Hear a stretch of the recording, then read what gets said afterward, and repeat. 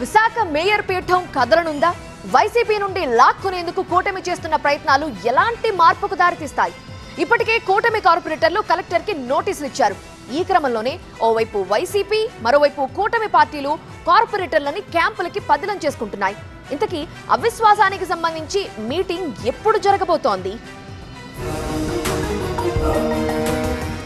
తేదీ ఏప్రిల్ 19, సమయం ఉదయం 11 గంటలు.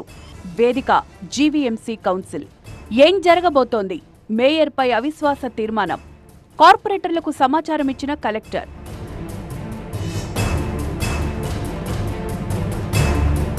కేంద్రంలో తాము, రాష్ట్రంలో తాము, విశాఖపట్నంలోనూ తామే అంటున్నాయి కూటమి పార్టీలు.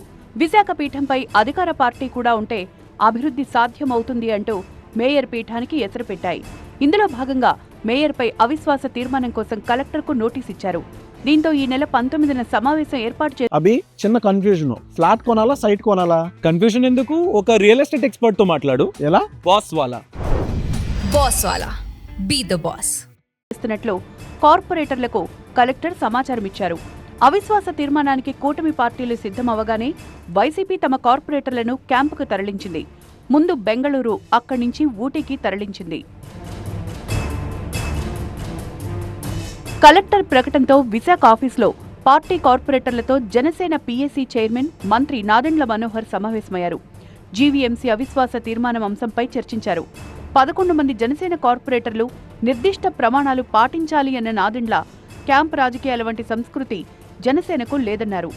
మేయర్, డిప్యూటీ మేయర్ పదవుల్లో జనసేన వాటాపై పార్టీ అధినేత పవన్ నిర్ణయం తీసుకుంటారన్నారు.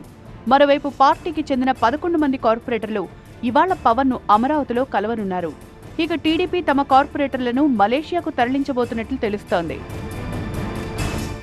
2021 ఎన్నికల్లో వైసీపీ మేయర్ పీఠాన్ని దక్కించుకుంది. యాదవ సామాజిక వర్గానికి చెందిన గొలగాని హరివెంకట కుమారికి మేయర్ పదవి కట్టబెట్టింది. పార్టీ అధికారంలో ఉన్నప్పుడు 3 ఏళ్ల పాటు మేయర్ పదవికి ఎలాంటి ఢోకా లేకుండా పోయింది. కూటమి అధికారంలోకి వచ్చిన తర్వాత రాజకీయ సమీకరణాలు మారాయి. మేయర్ పీఠాన్ని దక్కించుకునేందుకు కూటమి పార్టీలు ప్రయత్నిస్తున్నాయి. ఇందుకే జీవీఎంసీలో ఎవరికి ఎంత బలం ఉంది? బలాబలాల విషయానికొస్తే ఎక్స్ అఫీషియో సభ్యులతో కలిపి జీవీఎంసీలో మొత్తం 111 మంది సభ్యులున్నారు. 98 డివిజన్లలో వైసీపీ 59 స్థానాలను కైవసం చేసుకుంది. ఇందులో 5 కార్పొరేటర్లు టీడీపీలో, 1 జనసేనలో ఈ మధ్య చేరిపోయారు. అవిశ్వాస తీర్మానానికి 74 మంది సభ్యుల బలం అవసరం. తమ బలం 70కి చేరిందని కూటమి పార్టీలు ఇప్పటికే ప్రకటించాయి.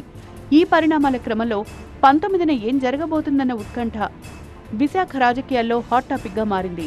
అయితే క్యాంపులో ఉన్న కార్పొరేటర్లలో ఎంతమంది ఈ నెల 19 వరకు కొనసాగుతారనే ఉత్కంఠ నెలకొంది.